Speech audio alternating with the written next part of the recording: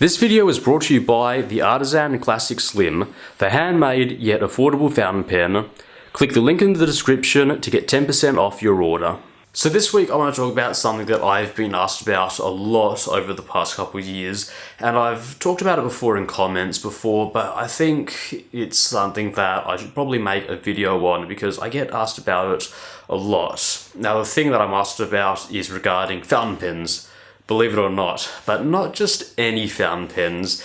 It's regarding a certain type of pen that I buy from China, and it's to do with fake fountain pens. Now, I'm not talking about pens that are clones of other pens. I'm not talking about Jinhao 599s and the way that they're pretty much Lamy Safaris, because they're not really. They say Jinhao on them. It's a totally different nib, and at the end of the day, they're not very good pens. Spoilers, I've talked about them over the couple of years. They're not very good pens, no. Today I want to talk about actually fake fountain pens. I'm talking about mostly Parkers for some reason. I've talked about it later in the video, but pens that are called maybe the Parker Sonnet or Parker Vector or Lamy Safari. They're branded as Lamy Safaris, but they're actually made by some random pen company in China posing as them. And over the years, I've reviewed quite a few of them.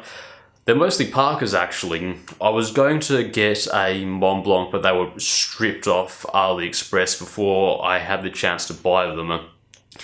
And a lot of people say I probably shouldn't buy them or shouldn't review them because, it really does hurt the companies that the people are faking. And, I do agree with that. I really do agree with that. Every time I do buy these pens, I do feel a little bit bad buying them, but at the end of the day, I don't buy them for the channel specifically, okay? Because saying that you probably should know about me is, even if I didn't have this YouTube channel, I would be buying them, just for my own pleasure, because one thing about me is I've always found it super interesting, super cool to buy stuff from China, really cheap stuff from China, to buy them and see what can China do for such small amounts of money. That's why I like Chinese pens so much. I don't buy them because, hey, I'm getting a good deal and they're going to be the end-all be-all and the most coveted thing I'll ever aim for. No, that's not the point. Because at the end of the day, I don't buy Chinese fountain pens to get the best pen in the world, because you're not going to get that. But I've always been interested in what they can do for the price, and the same applies to these knockoffs. I'm just generally interested in what they're able to do for the price, because I promise you, they're not the price of the actual stuff, believe it or not.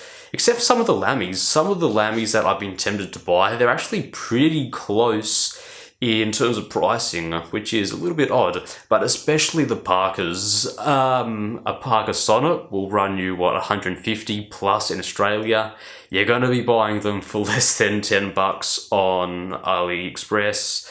You're not going to be getting Parker levels of quality, but I really was interested to see what they could pump out, because at the end of the day, the pen that I got was super interesting, because another thing that I buy these pens for is to see how close they can get to the actual original fountain pen. How far will they go? How much quality will they put into these pens? Because it actually is really interesting how far some of them will go. Some of the old Bayors that I saw posing as Parkers a couple of years ago, their attempts to recreate Parker pens were, they weren't really good, really. The nib was different, the font was wrong, converter was wrong, feed was wrong. Some of the early pens, I really should try and find, I don't think I have it anymore, but that really early pen posing as a Parker Sonnet was pretty awful. Now compare it to the Parker Sonnet knockoff that I got maybe 2 years ago or last year, that was posing as a proper Parker Sonnet. That was really close. The level of detail that they put into that was just phenomenal. And in fact, the quality of the pen was also pretty good. One thing that I was surprised to see that they even did was they went ahead and got the feed and the nib, and they styled it to look exactly like a proper Parker. And I'm talking about the way that it even clips onto the feed, which is something that just blew me away. And that's saying that even if I wasn't doing this channel, I would just buy these pens just because I'm just interested to see how they do it. On the flip side, there are Parker Vectors, which are not as good, but I buy them because I'm just interested. Another reason why I buy them is just because they are interesting. The history behind how they got there is, I think, fascinating. Some of the Lamy pens are obviously there because they are one of the most mass-produced fountain pens. They're available everywhere. They're just injection molded pens, so it's probably easy to reverse engineer them. On the flip side, there are stories about Parker actually trying to set up shop in China, but they pulled out, but they left a whole bunch of molds there, so there have been a whole bunch of people repurposing the molds for their own gain. And for me, I think that is just fascinating. I love the detail about it. That's just me. It's quirky.